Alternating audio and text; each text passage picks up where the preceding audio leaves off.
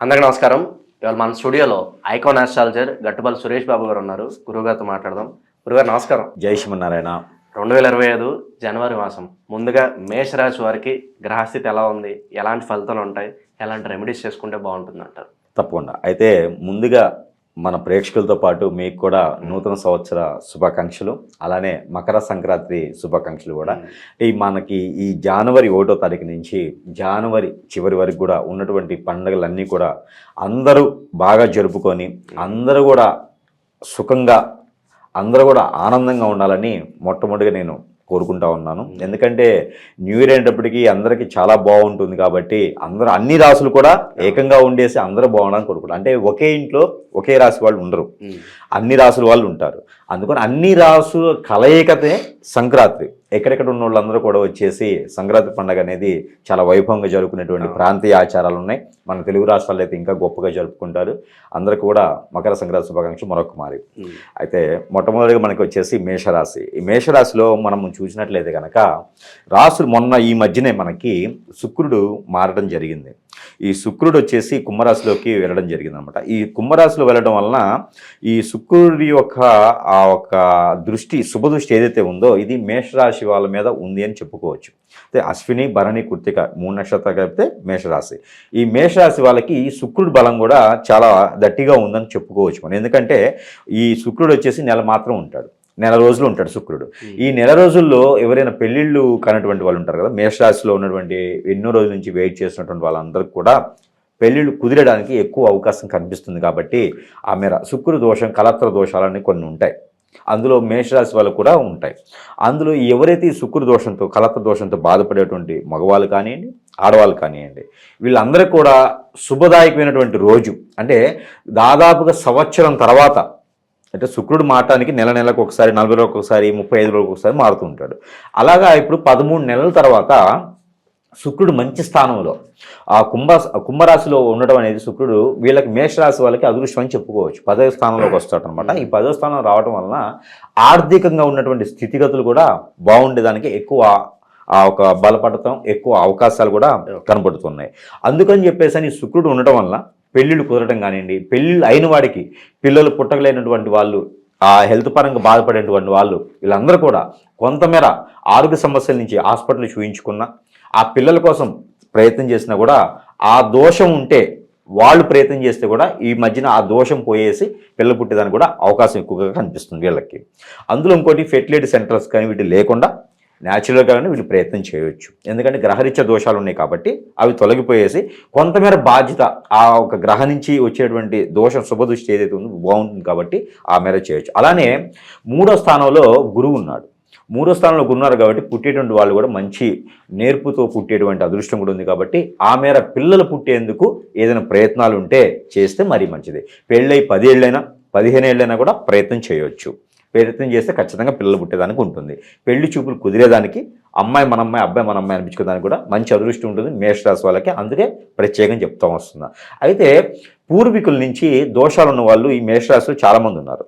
పూర్వీకుల దోషం ఉండేసి విదేశీయానానికి కానివ్వండి, లేకపోతే ఆదాయం వనరులు దొరక కానివ్వండి, చదువు బాగా ఉండి వాళ్ళకి మంచి సమయానికి జాబ్ రాకపోవడం కానివ్వండి, సరైనటువంటి జాబ్ రాకపోవడం కానివ్వండి, అలానే ఈ సరైనటువంటి జాబ్ కాకుండా వీళ్ళకి ప్రత్యేకించి మళ్ళీ ఏంటంటే గవర్నమెంట్ జాబ్ కోసం, టీచర్ జాబ్ కోసం ఇలా ప్రయత్నం చేసేవాళ్ళు ఎవరైనా ఉన్నా, చదువు అంతా బాగుంటుంది, వీళ్ళకి జాబ్ వచ్చేదానికి అవకాశం ఉండదు, విదేశాలకు వెళ్ళాలనుకుంటారు, వీసా ప్రాబ్లం కనిపిస్తుంది. వీళ్ళందరికీ కూడా ఏంటంటే వీళ్ళు అనుకోవటం ఏంటంటే మన గ్రహరీత్యా దోషం ఉంది, నా గ్రహంలో ప్రాబ్లం ఉంది, నా గ్రహాల స్థితిగతులు సరిగా లేవు, మా ఇంట్లో పరిస్థితులు సరిగా లేవని కాదు, పూర్వీకుల దోషం అని ఉంటుంది. ఈ పూర్వీకుల దోషం వల్ల కూడా ఈ మేషరాశి వాళ్ళకి ప్రత్యేకించి ఈ ఒక మాసంలో ఏదైతే ఈ ధనుర్మాసం కావచ్చు, మకర రాశిలో వచ్చేటువంటి చంద్రుడు, సూర్యుడు మకర రాశిలో వచ్చిన మకర సంక్రాంతి జరుపుకునేటువంటిది ఈ ధనుర్మాసం మొత్తం కూడా వీళ్ళకి ఆ జనవరి 15 వరకు ధనుర్మాసం కింద వస్తుంది. తర్వాత మకర రాశి కింద వస్తుంది అన్నమాట సూర్యుడు. అందువలన వీళ్ళందరూ కూడా ఏంటంటే పెద్దలకి ఎవరికైతే ఉందో ఈ పెద్దలకు కనుక వచ్చేటువంటి ఏదైతే 13వ తారీఖు పౌర్ణమి ఉంటుంది అదే రోజు భోగి జరుపుకుంటాం మనం. ఆ భోగి రోజు కనుక వీళ్ళు ఆ గ్రహరీత్యా ఉన్నటువంటి దోషాలకి ఆ గ్రహాలకు సంబంధించినటువంటి దానాలు చేయడం ద్వారా మంచి అదృష్టం ఉండేసి ఆ ఒక గ్రహాల నుంచి ఉన్నటువంటి ఆ చెడు దృష్టి ఏదైతే ఉందో అవి తొలగిపోయేదానికి కూడా ఎక్కువ తోడ్పడుతుంది. కాబట్టి ఏదైనా బ్రాహ్మణోత్తముడికి కానీ ఊళ్ళలోకి వచ్చేటువంటి హరిదాసు అని వస్తారు, వాళ్ళకి కానీ ఈ హరిదాస్ అనే అతనికి కానీ దానం ఇవ్వడం ద్వారా, మోయిని ఇవ్వడం ద్వారా వీళ్ళకి గ్రహాల నుంచి ఉన్నటువంటి స్థితిగతులన్నీ కుదురు పడేసి వీళ్ళకి కొంత వెసులుబాటు కనిపించేసి విదేశానికి ప్రయత్నం చేసిన, ఎవరికైనా ఇంట్లో ఉన్నటువంటి పెళ్ళయ్యి విడిపోయేసి ఇంట్లో ఉంటుంటారు ఆడపిల్లలు, వీళ్ళు కూడా ఆ గ్రహాలకు సంబంధించిన కానీ హరిదాసు గారికి కానీ దానం చేస్తే వీళ్ళకి చాలా మంచి అదృష్టం అనేది ఉంటుంది. మళ్ళీ వాళ్ళు వచ్చి తీసుకెళ్లడము, వాళ్ళ అన్యోన్యతని మళ్ళీ ఉండడమో జరుగుతుంది. అలానే పెద్దలకు కూడా చేస్తే మరీ మంచిది. భోగి రోజున పెద్దవాళ్ళకి ఇంట్లో ఉన్నటువంటి పాత వస్తువులన్నీ, ఇంట్లో ఉన్నటువంటి కట్టెలు కానీ ఏమైనా ఉన్నటువంటి కూడా భోగి మంటలు వేసేసి ఆ మంటల్లో మన ఆత్మ సాక్షిగా చెడు అనేది తొలగిపోవాలి, గ్రహాల రీత్యా దోషాలనేది తొలగిపోవాలని చెప్పేసి ఆ భోగి మంటల్లో కొత్తగా వచ్చేటువంటి పంటలు ఏవైతే ఉన్నాయో, కొత్తగా వచ్చే చెరకు ఏదైతే ఉందో, బియ్యం ఏదైతే ఉన్నాయో ఇవన్నీ కూడా కలిపేసి చక్కెర పొంగల్గా తయారు చేసి కనుక నైవేద్యం పెడితే, విష్ణుమూర్తికి కానివ్వండి, అమ్మవారికి కానివ్వండి, మీ కులదైవం ఎవరుంటే వాళ్ళకి నైవేద్యం పెట్టడం ద్వారా కూడా మంచి అదృష్టం వచ్చేసి ఆ ఇంట్లో అష్టైశ్వర్యాలు తొలతూగేలాగా ఏవైతే ఎప్పుడైతే కోల్పోయి ఉంటారో ఆ కోల్పోయినవి కూడా మళ్ళీ సాధించుకునే విధంగా, పిల్లలు ఎవరన్నా బాలరిష రోగాలతో ఉన్నా కూడా వాళ్ళు కూడా సాధించుకునే విధంగా ఉంటుంది. కాబట్టి ద్వాదశ రాశులు అందరూ కూడా చేసుకోవచ్చు. అంటే ఒక్కొక్క రాశికి ఒక్కొక్క పరిహారాలుగా, ఒక్కొక్క ప్రెడిక్షన్గా ఈ మేషరాశి వాళ్ళైతే ప్రత్యేకించి గ్రహాలకు సంబంధించిన దోషాలు ఉంటే కనుక ఈ ఒక అదృష్టం ఉంది. కాబట్టి పెద్దలకు ఏదైతే ఉందో ఆ పెద్దలు ఎవరైతే ఇంట్లో ఉన్నారో వాళ్ళు కాలం చేసి ఉంటే వాళ్ళకి ఇప్పుడు ఆజ్ఞ తీర్చుకుంటే గనక వాళ్ళకి పుణ్యకాలంతో ఉంటుంది. కాబట్టి ఖచ్చితంగా వాళ్ళు ఎన్ని సంవత్సరాలైనా కాలం చేసి వాళ్ళ ఒక శుభదృష్టి మీ మీద ఉండడానికి, వాళ్ళ దీవెనలు మీ మీద ఉండేందుకు ఇప్పుడు గనక ఆ అమ్మవారికి కానివ్వండి, అయ్యవారికి కానివ్వండి పేరు చెప్పుకొని పెద్దలకు నమస్కారం చేసుకొని కనుక ఆ పెద్దలకి తీరు తీర్చుకుంటే ఖచ్చితంగా ఈ ఒక మేషరాశి వాళ్ళకి అదృష్టం వస్తుంది. ఆర్థిక స్థితిగతులు కూడా బాగుంటాయి. వాస్తుపరంగా ఏమైనా ప్రాబ్లమ్స్ ఉంటే కూడా ఆవు దూడ రెండు కూడా తీసుకెళ్ళి ఇంట్లో తిప్పేసి అక్కడ కొంచెం ఆవు అమృతం చల్లినా కూడా ఈ భోగి రోజున చేస్తే మరీ మంచిది. అలానే కనుమ రోజు కూడా జంతు దానం, జంతువులు నరకటమో, జంతువులు కట్ చేసేసి మాంసాహారం తినడమో పాపం. అలా అయితే మన పెద్దవాళ్ళు వాళ్ళని దీవించేదానికి ఉండదు. అందుకొని మేషరాశి వాళ్ళే కాదు, ద్వాదశ రాశి వాళ్ళందరూ కూడా అక్కడ చేయవలసిన పని ఏంటంటే సంకురాత్రి పండగ తర్వాత వచ్చేటువంటి కనుమ రోజున జంతు దానం అని ఉంటుంది.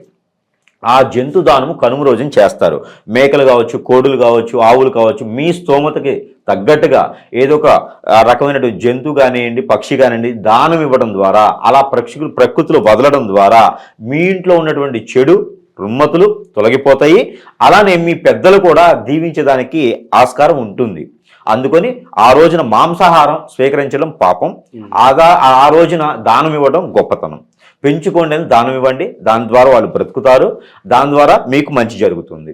అది చేస్తే ఈ గ్రహరీత్యా ఉన్నటువంటి దోషాలు, ఈ మ్యారేజీ కానటువంటి పాపాలు, అలానే ఆర్థిక స్థితిగతులు అన్నీ కూడా కుదురుపడేందుకు మేషరాశి వాళ్ళకి ప్రత్యేకమైన అదృష్టం ఉంది. కాబట్టి అన్ని గ్రహాలు సంబంధించి అనుకూలత ఉంది. కాబట్టి ఏదైనా సాధించుకునేందుకు అనుకూలంగా ఈ జనవరి నెలలో ఉంది. కాబట్టి ఈ 2025 సంవత్సరంలో జనవరి మాసంలో చేసేటువంటి పుణ్యాలు కానివ్వండి, ఈ దానాలు కానివ్వండి, మేషరాశి వాళ్ళకి మరింత మంచిగా కలిసి వచ్చేదానికి అదృష్టం ఉంటుంది. కాబట్టి ఆ మేర ప్రయత్నం చేసి అందరూ కూడా పుణ్యతులు అయ్యేలాగా ఉంటే చాలా మంచిది. అలానే నది కానీ సముద్రం కానీ స్నానం ఆచరించే కూడా ఈ పాపాలన్నీ కూడా విమోచనం అవుతాయి. కాబట్టి ఆ మేర ప్రయత్నం చేసి అందరూ కూడా వెసులుబాటుగా ఉంటే చాలు. అలానే మనకి ప్రతి మాసంలో మనం ఇస్తున్నట్టుగా ప్రత్యేకించి ఈ మాసంలో కూడా నెంబర్ అనేది ఇవ్వడం జరుగుతోంది.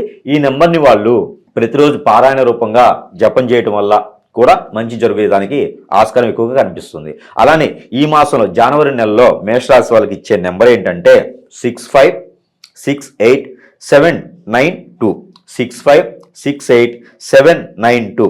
ఈ నెంబర్ని కనుక 125 టైమ్స్ ఎవ్రీడే 125 సార్లు కనుక చదువుకుంటే వీళ్ళకి ఇంకొంచెం మంచి అయ్యేదానికి ఆస్కారం ఉంటుంది. కాబట్టి ఈ మేర ప్రయత్నం చేసి ప్రతి ఒక్క మేషరాశి వాళ్ళు కూడా అదృష్టవంతులు అవ్వాలని నేను కోరుకుంటూ జై శ్రీమన్నారాయణ. జనవరి మాసంలో మేషరాశి వారికి ఎలాంటి ఫలితాలు ఉంటాయి, అలాగే వీరు చేసుకోవాల్సిన పరిహారాలు తెలియజేసినందుకు ధన్యవాదాలు గురుగారు.